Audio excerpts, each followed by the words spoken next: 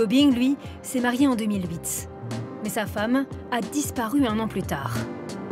Pendant 5 ans, il a sillonné la Chine au volant de sa voiture pour tenter de la retrouver. Nous nous préparions à ouvrir un restaurant ensemble.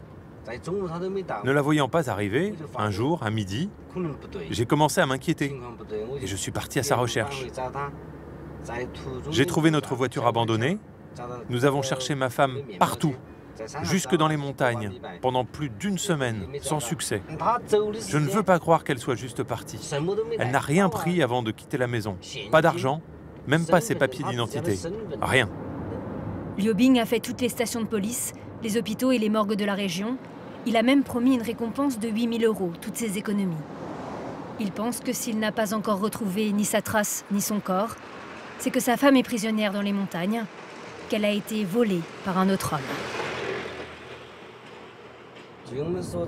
J'ai découvert que dans les zones reculées, de plus en plus, les hommes kidnappent des femmes. Tout le village est complice, les surveille. Elles n'ont aucun moyen ni de contacter le monde extérieur pour dire qu'elles sont toujours en vie, ni de s'enfuir. Leur nouveau mari les garde jalousement. Liu Bing et sa femme venaient d'avoir une petite fille. Pendant que son père tentait de retrouver sa mère, Choting a été élevée par ses grands-parents maternels. Elle vient d'avoir 7 ans.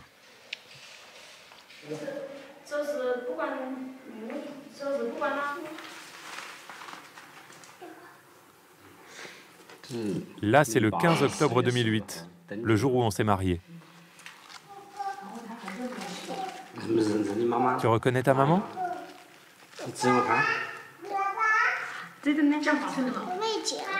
Je m'en souviens pas.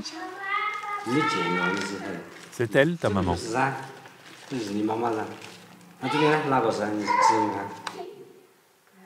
C'est arrivé à une autre fille du village. Elle a été vendue dans une autre province.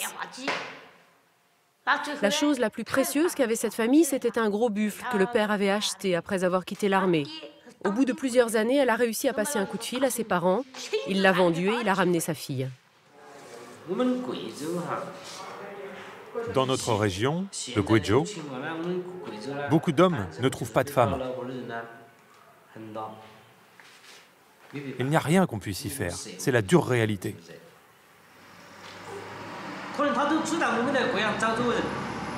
Je me dis que son nouveau mari sait peut-être même que nous la cherchons.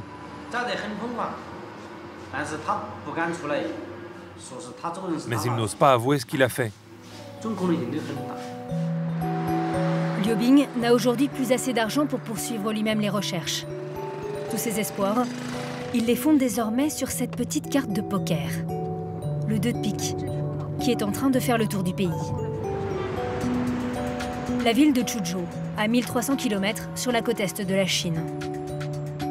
Un petit groupe de taxis distribue des jeux de cartes aux passants. Prenez ces cartes de poker et faites-les circuler. Ce sont des femmes qui ont disparu. Sur chaque carte, il y a un visage et son histoire, son âge, les circonstances de sa disparition. Vous pouvez nous contacter si vous avez une piste. À Chuzhou, mais aussi à Canton au sud de la Chine et à Dalian au nord, plusieurs centaines de chauffeurs bénévoles profitent de leurs courses pour distribuer les jeux de cartes dans les villages où ils soupçonnent que des femmes ont pu être vendues. Un jour, j'en ai sauvé une. J'étais au volant de mon taxi quand une jeune fille a couru vers moi. Elle a appelé au secours. J'ai vu un homme courir vers elle, il a tiré pour la kidnapper. J'ai crié « Arrêtez-vous » ou « J'appelle la police ». L'homme a pris peur, il s'est enfui. Derrière ces cartes, un informaticien révolté par ces disparitions. Shen Rao en a découvert l'existence en lisant dans le journal l'histoire de 3 de ces jeunes filles. Il a d'abord créé un site internet avant d'avoir l'idée d'imprimer ces cartes à jouer pour étendre la zone de recherche. Se contenter d'Internet pour diffuser les avis de recherche ne suffit pas. Parce qu'en Chine, il existe encore de nombreux endroits reculés qui n'ont pas accès à Internet. Ces jeux de cartes sont un moyen d'atteindre ces régions.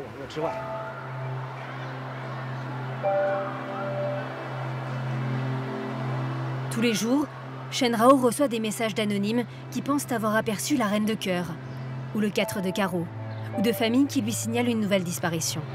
Il aide aussi les parents d'enfants disparus. Ces 30 000 avis de recherche ont permis de sauver une vingtaine de femmes piégées par des trafiquants.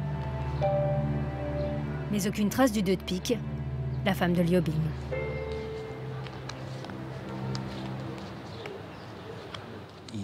Les retrouvailles sont souvent douloureuses parce qu'après plusieurs années, ces femmes sont devenues l'épouses de quelqu'un. Elles ont eu des enfants. Une autre famille s'est construite autour d'elles.